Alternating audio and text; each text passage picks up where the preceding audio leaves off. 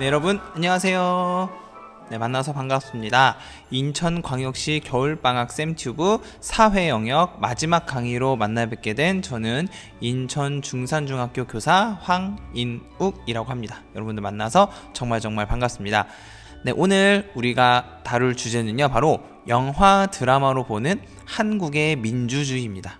자, 그래서 우리가 지금 우리나라는 대한민국, 이 대한민국은 민주주의 국가라고 이야기를 합니다. 민주공화국이다 라고 이야기를 하죠. 그래서 우리는 지금 공기처럼 굉장히 자연스럽게 민주주의를 접하고 있고 민주주의를 누리고 있습니다. 하지만 우리가 현재 자연스럽게 누리고 있는 민주주의는 정말 자연스럽게 획득할 수 있었던 것일까요? 그것은 아니었을 겁니다. 그래서 실제로 많은 사람의 피와 눈물과 땀이 어려 있는 것이 바로 이 대한민국 민주주의의 역사고요. 지금 우리가 당연하게 누리고 있는 여러 자유, 권리 같은 것들이 과거 우리 조상들의 다양한 노력들, 피와 땀과 눈물이 여려 있는 결과물이다라는 것입니다. 자, 그래서 오늘 이번 수업을 통해서 우리의 조상, 우리의 아버지, 어머니, 할아버지 뻘께서 어떻게 노력을 하셨고 어떤 노력을 통해서 현재의 민주주의까지 오게 되었는지를, 그 과정을 영화와 드라마를 통해서 한번 살펴볼 수 있는 기회를 가질 수 있도록 하겠습니다. 자, 그러면 우선 한국 민주주의에 대해서 한번 개괄적으로 말씀을 좀 드려보도록 하겠습니다. 자, 민주주의라는 것은 국가의 주권이 국민에게 있고 국민을 위해 정치를 행하는 제도를 우리가 민주주의다라고 이야기를 합니다. 즉, 국민이 주인인 정치 형태를 의미하는 것이죠. 하지만 이러한 민주주의는 자연스럽게 얻어진 것이 아닙니다. 수많은 이의 피와 땀으로 이루어진 것이고요. 한국 민주주의의 역사를 살펴보면서 이들의 피와 땀을 함께 살펴보는 것이 오늘 우리 수업의 목표라고 할 수 있겠습니다. 여러분 여기까지 이해되시나요? 자, 그래서 우리 윗세대들, 우리 어른들의 피와 땀과 눈물이 어려 있는 현재의 대한민국 민주주의의 역사에 대해서 한번 살펴볼 수 있도록 하겠습니다. 자, 우선 첫 번째로 이승만 정권 시기에 있었던 민주주의 운동에 대해서 한번 살펴볼 수 있도록 하겠습니다. 당시 당시 이승만 정권 시기에 대통령은 2번까지만 연달아서 할 수 있었습니다. 근데 당시 이승만 정권은 이승만 대통령이 계속해서 대통령이 되기를 바랬고, 그것을 연장시키기 위해서 어떤 일을 하냐면요, 바로 헌법을 고치게 됩니다. 자, 헌법을 고친다. 즉, 대통령이 원래는 2번까지만 나갈 수 있었던 그 내용을 헌법에서 빼는 노력을 하게 됩니다. 자, 근데 헌법이라는 것은 국가를 운영하는 굉장히 중요한 법이죠. 최상위 법이라고도 하는데요. 이 헌법을 바꾸기 위해서 필요한 것이 있는데요. 그것이 뭐냐면 바로 국회의원 정족수 3분의 2 이상의 동의가 필요합니다. 자, 그래서 중임 제안을 철폐하기 위해서 개헌을 시도했는데요. 당시 개헌 정족수에 정확히 1명이 모자란 결과로서 부결이 되게 됩니다.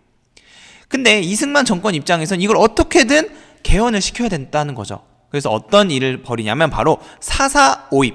4.4.5입이 무엇이냐면 바로 숫자 4는 버리고 5는 받아들인다는 겁니다. 혹시 이거 수학적 용어로 여러분들 익숙하지 않나요? 네, 맞습니다. 아는 친구들도 있을 텐데요. 바로 반올림을 의미합니다. 자, 그래서 당시에 수학학자를 고용해서 궤변을 퍼뜨리게 됩니다.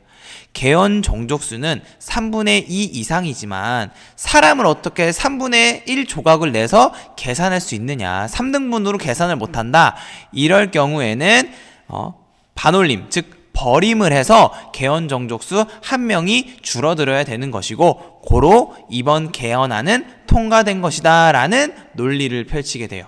즉, 독재를 하고자 하는 욕심으로 인해서 수학적 원리까지도 깨트려 버리게 된 것이죠. 이것이 바로 4.4.5입 개헌이고요.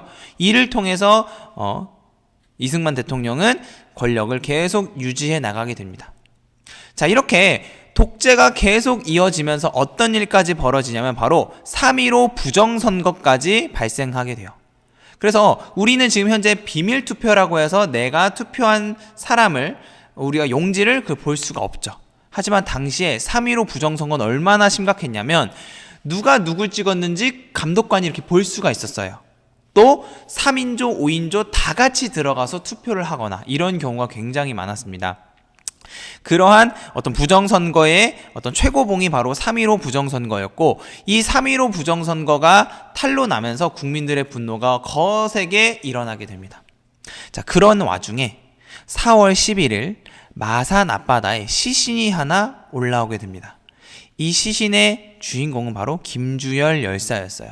당시 고등학생이었던 김주열 열사는 이 3.15 부정선거에 저항하기 위한 시위에 나갔다가 실종이 된 상태였는데, 부산 앞바다에 정말 잔인하게도 이 최루탄이 이 눈에 박힌 채로 부산 앞바다에 떠오르게 된 겁니다. 아마 시위에 참여를 했다가 최루탄이 눈에 박히게 되었고, 이 정부에서 이 시신을 부산 앞바다에 유기한 것이겠죠. 자, 이러한 사실이 밝혀지면서 국민들의 분노는 더욱더 거세졌고요. 결국 우리 대한민국 최초의 민주주의 혁명이라고 할 수 있는 4.19 혁명이 일어나게 됩니다. 이 4.19 혁명으로 인해서 우리 초대 대통령이었던 이승만 대통령은 자리에서 내려오면서, 즉 대통령직에서 하야를 하게 됩니다. 자, 이러한 이승만 정권 시기의 민주주의 역사를 다룬 영화가 바로 효자동 이발사고요. 여러분들 한번 확인해 보시면 좋을 것 같습니다. 네, 그럼 다음으로 넘어가 보도록 하죠. 자, 두 번째는 바로 남산의 부장들입니다. 우리가 저번 강의에서도 소개했던 영화인데요.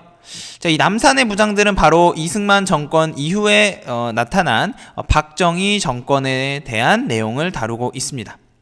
자, 당시 박정희 정권이 굉장히 오랜 기간 동안 독재를 이어나가고 있는 상황이었습니다. 자, 그때 당시에 어떤 사건이 이제 박정희 정권 말기에 발생하냐면요, 바로 YH 사건이라는 사건이 터지게 됩니다.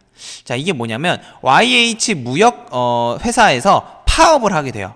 근데 이 당시에 이 파업을 신민당이라는 당이 도와주게 되는데, 그 과정에서 박정희 대통령이 아니 박정희 정권에 대해서 반대하는 저 YH 무역회사 파업원들을 어떻게 너희 신민당이 도와줄 수 있느냐? 야, 신민당에서 제일 영향력 있는 김영삼이라는 국회의원 제명시켜버려 라고 명령을 내리게 됩니다. 자, 그러면서 김영삼 국회의원이 그때 당시에 국회에서 제명되는 사건이 발생하게 돼요. 자, 뿐만 아니라 이런 정치적 사건이 있었고요. 당시에 오일 쇼크라는 사건이 있었습니다. 자, 오일 쇼크라고 해서 당시에 기름값이 미친 듯이 천정부지로 치솟게 되면서 국민 경제가 굉장히 불안해지게 돼요. 자, 그러다 보니까 이 YH 무역 사건으로 인해서 김영삼 국회의원이 제명되게 되고요. 경제적으로 오일 쇼크로 인해서 국민 경제가 무너지게 되면서 국민들의 분노가 화르르 타오르게 됩니다. 자, 이런 상황에서 그 박정희 정권에 대한 반발이 가장 심했던 곳이 어디냐면 바로 부산과 마산입니다. 왜 부산과 마산이냐면 아까 제명되었던 김영삼 국회의원의 정치적인 어떤 터전이 바로 부산과 마산이었기 때문이죠. 그래서 아니 우리 어떻게 우리의 영향력, 우리의 지지를 받고 있는 김영삼 국회의원을 제명할 수 있느냐라고 해서 부산과 마산에서 특히 격렬한 저항을 하게 됩니다. 그래서 당시에 박정희 정권을 우리가 유신 정권이라고도 하는데, 이 유신 정권의 부산과 마산이 대표적으로 항쟁을 저항을 하게 됩니다. 자, 그렇게 박정희 정권도 점차 쇠락해 가고 있는 와중에 바로 12.6 사건이 터지게 됩니다. 그래서 당시 박정희 대통령이 가장 아끼던 부하였던 김재규 당시 중앙정보부장에게 총을 맞아 사망하게 됩니다. 어떻게 보면 암살을 당한 것이죠. 자, 이렇게 박정희 정권과 유신이 함께 총소리와 함께 10월 26일 날 막을 내리게 됩니다. 이러한 박정희 정권의 말로에 대해서 다룬 영화가 바로 남산의 부장들이다. 그래서 여러분들이 이 박정희 정권에 대해서 한번 확인해 보고 싶다면 참고할 만한 영화가 될 수 있을 것 같고요. 자, 다음으로 넘어가 보도록 하겠습니다. 다음은 좀 유명한 영화죠. 바로 택시 운전사입니다. 자, 당시에 이제 박정희 정권이 총소리와 함께 12.6 에 무너지게 되고요. 그 이후에 정권을 잡은 것이 바로 전두환 대통령이었습니다.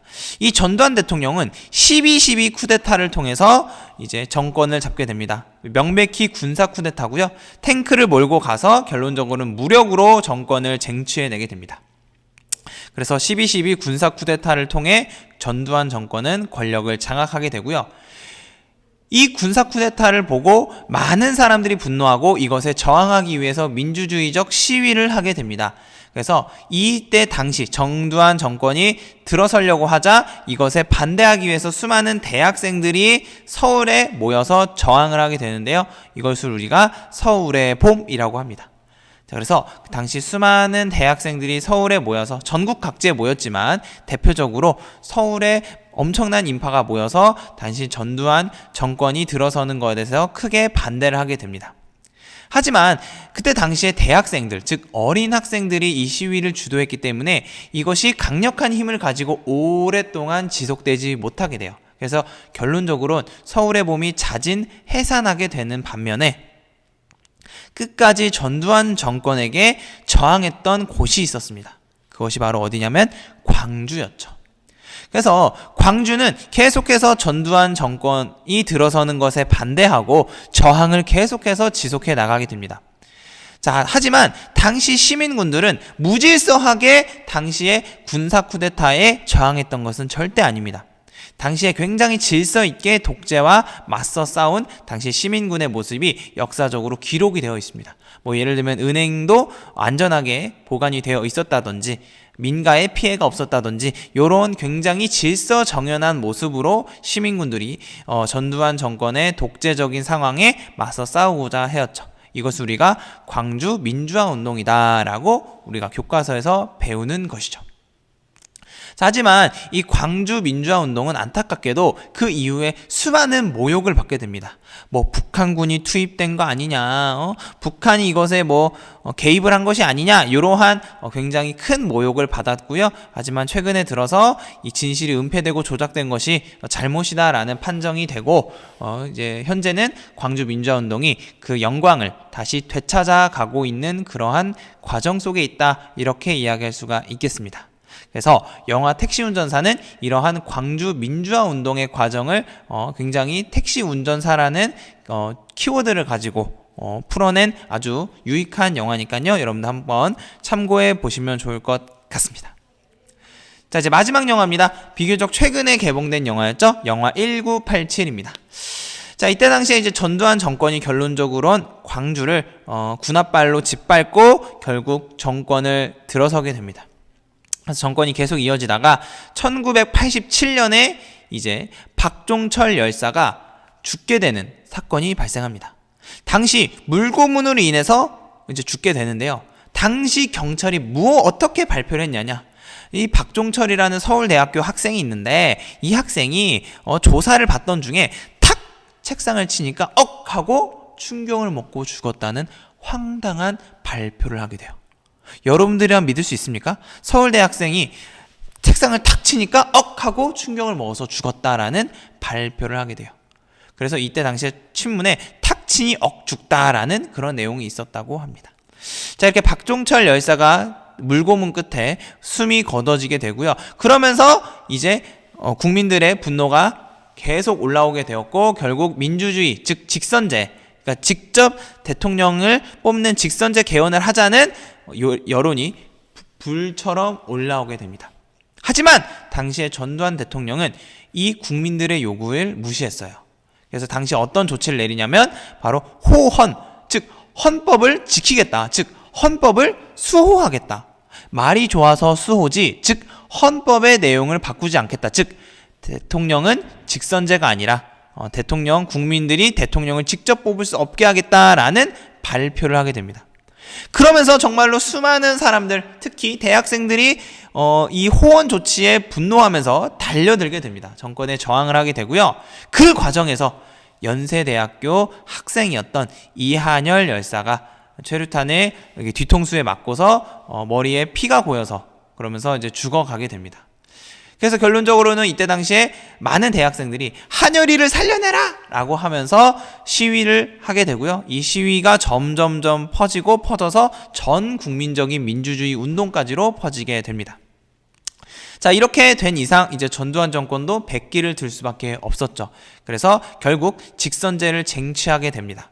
자, 당시에 이제 국민들은 엄청나게 좋아했죠. 하지만 당시에 김대중, 김영삼 후보가 서로 갈라지게 되면서 결국 이 군사 정권이 사실상 이어지게 됩니다. 그래서 당시 전두환 대통령과 함께 군사 쿠데타를 이끌었던 노태우 대통령이 당선이 되면서 결국 직선제 개헌은 미완의 완성으로 끝나게 되었다. 이렇게 볼 수가 있겠습니다. 자, 이렇게 그 이후에 계속해서 이제 민주주의 역사가 발전을 해 나가게 되고요. 결국 지금에 이르러서 우리가 누리고 있는 자유와 권리가 보장되게 되었다. 이렇게 우리가 정리할 수 있을 것 같습니다. 자, 이제 인천광역시 겨울방학 쌤튜브 사회영역 마지막 강의까지 왔습니다. 그래서 여러분들 이 강의 듣느라 정말 고생 많았고요. 이제 얼마 남지 않았을 겁니다. 이 남은 겨울방학 여러분들 알차게 보내서 다음 학년 또는 다음 학교로 넘어가서도 여러분들 더 좋은 생활을 할 수 있으면 좋겠고요. 더 많은 기회를 받았으면 좋겠다. 이런 생각을 가지고 있습니다. 여러분들 정말 고생 많았고요. 우리 여름방학 때 또 볼 수 있으면 보겠습니다. 여러분들 안녕.